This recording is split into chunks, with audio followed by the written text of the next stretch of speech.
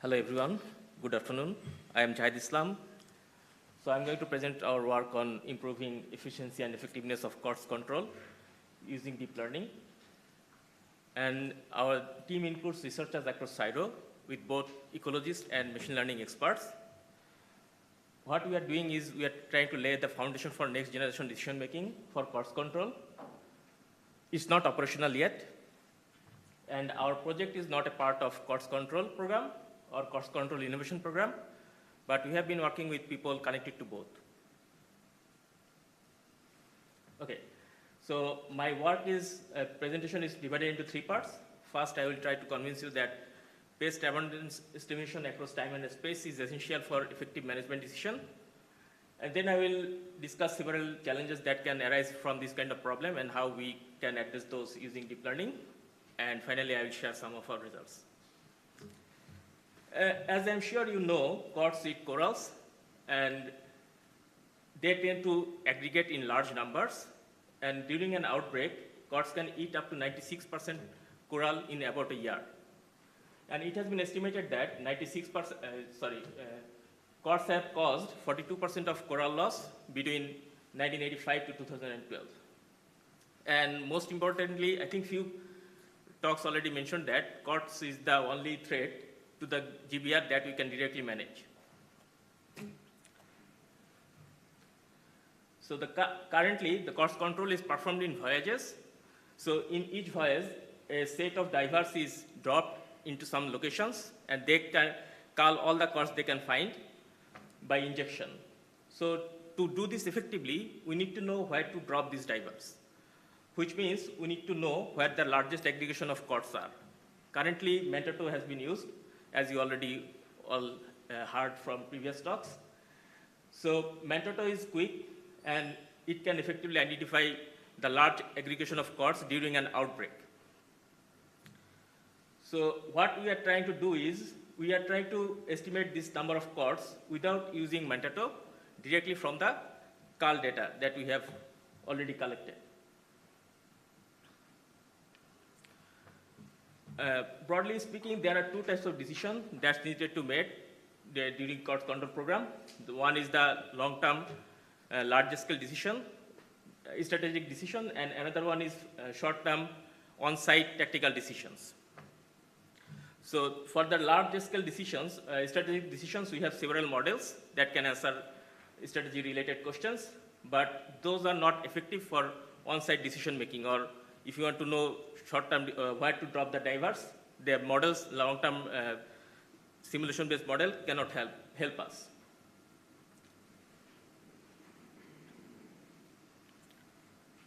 So now I'll move to the next part, where I will show the challenges of this kind of modeling and how can we address them. So the current COTS control program has a large amount of data for a pest management, ecological management program.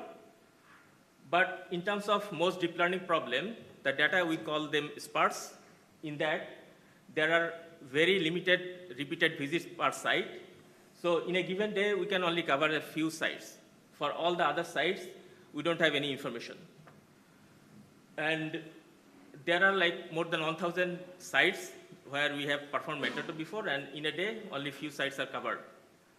And as you can see from the figure at the top, each line represents the rate of repeated visit at a site. And you can see, like, for most of the sites, we only have few visits. And for very few sites, we have more visits. And the figure at the top shows that our data is also really highly zero-inflated data. So for most visits, where we counted some COTS during manta, the detection, they are able to detect very few number of COTS. And this is an important problem for machine learning because they struggle with this kind of sparse data.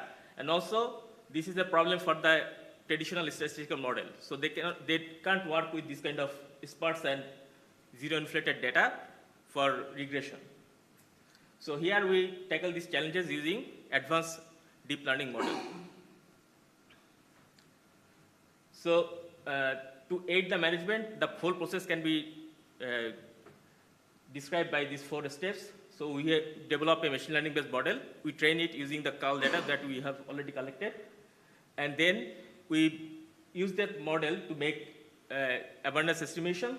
And this COTS management team, they can take this estimation and find the largest aggregation of COTS and where to deploy the control actions.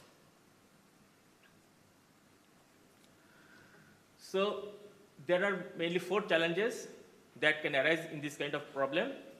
First of all, I already said, sparse observations. We want to model the temporal dependency as well as spatial dependency, and we want to tackle the zero inflation in the data. So to do this, we have this model. Our model has several components.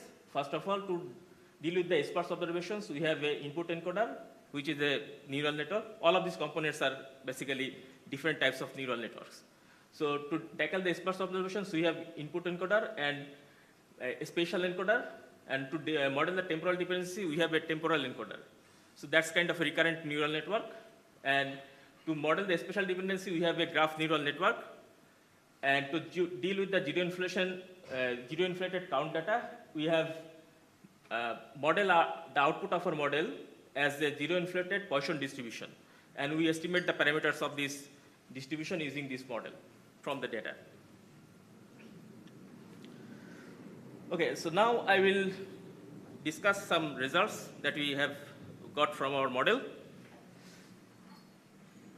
So from a management perspective, we want, so lot of the good decision depends on the data and the good analysis of the data. So which means that we want our model to be accurate and most importantly, precise. Manta is quick, but we know that it's not very accurate. So if you think about it statistically, manta is not accurate or not precise. But our model is more accurate and precise than manta. So in the figure on the left, we see that the cull data, actual cull data is plotted as black line, and the green is our model's prediction, and the red is showing the manta data. So manta is good at predicting the outbreaks that you can see like the few bumps in the red lines. But our model is more detailed and more accurate, similar to the cull data.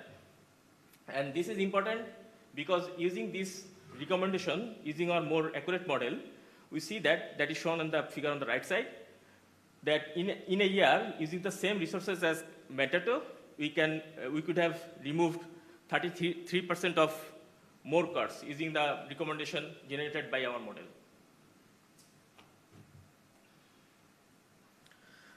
Okay, so another very attractive attributes of our model is able to predict with very few observations on the site. So here I showed 2 examples. The first one on the left is a site number 4 from Great Barrier Reef, and as you can see, like the marked dot, the actual number of COTS, before that, we only have 2 observations, which are not very high.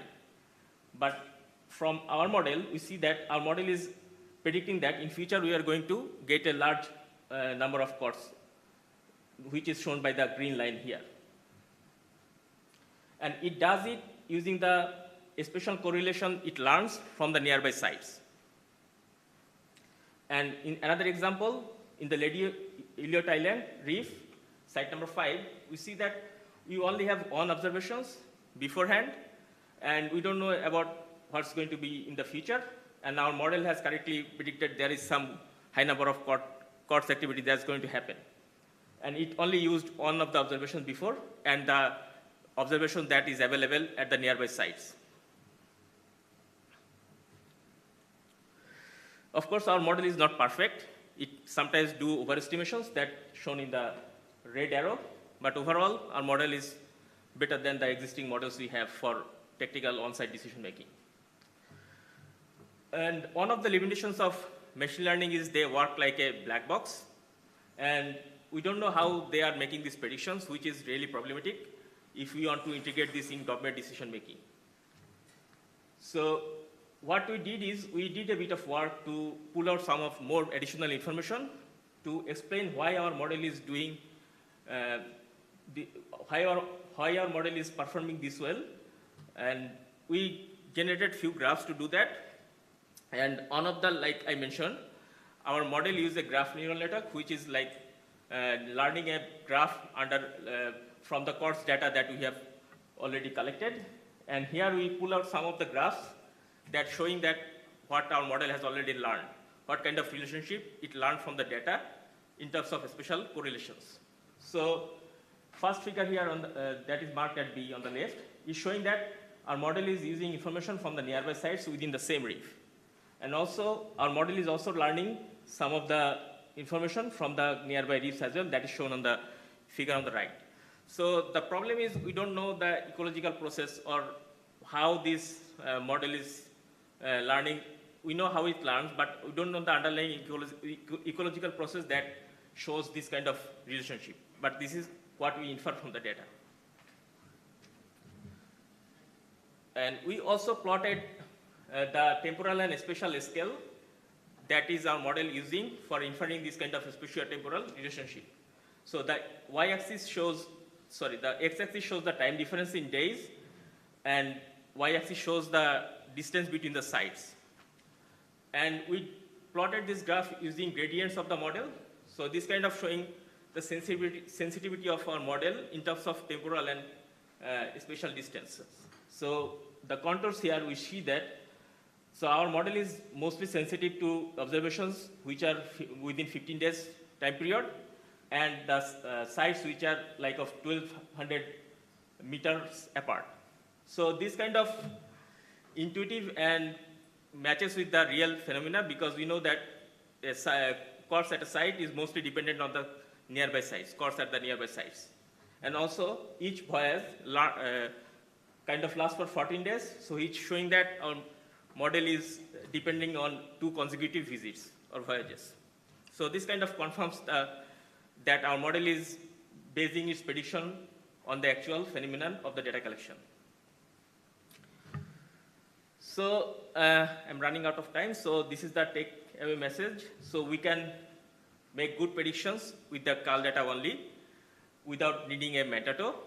And using these predictions, we can make better decisions in terms of COTS control program. And this kind of sparsity on observations is also present in all kinds of ecological modeling as well. So we assume that our model is also going to work for those cases as well. Thank you.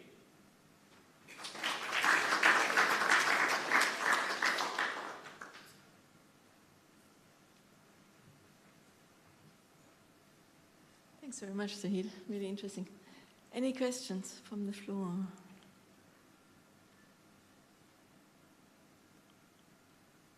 Yes? Just wondering with the input data for a reef, so if we go there, we're just collecting cull data, we can just run that model and it will just, based on even a single cull site that we visited, it would make predictions for the remaining ones, or what's the lowest amount of input data? I'm just thinking the very first time we visited a reef, because I'm thinking we probably still need to do initial maps, but then probably reduce the frequency that we do that. Yeah, that's so get some initial cull data in that case of optimal.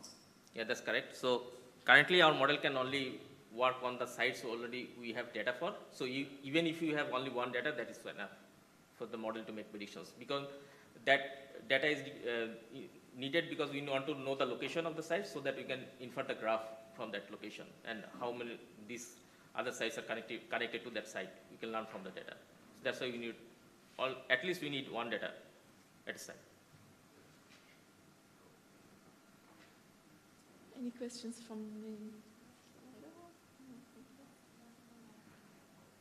the... If not, thanks very much, Said. Thank you.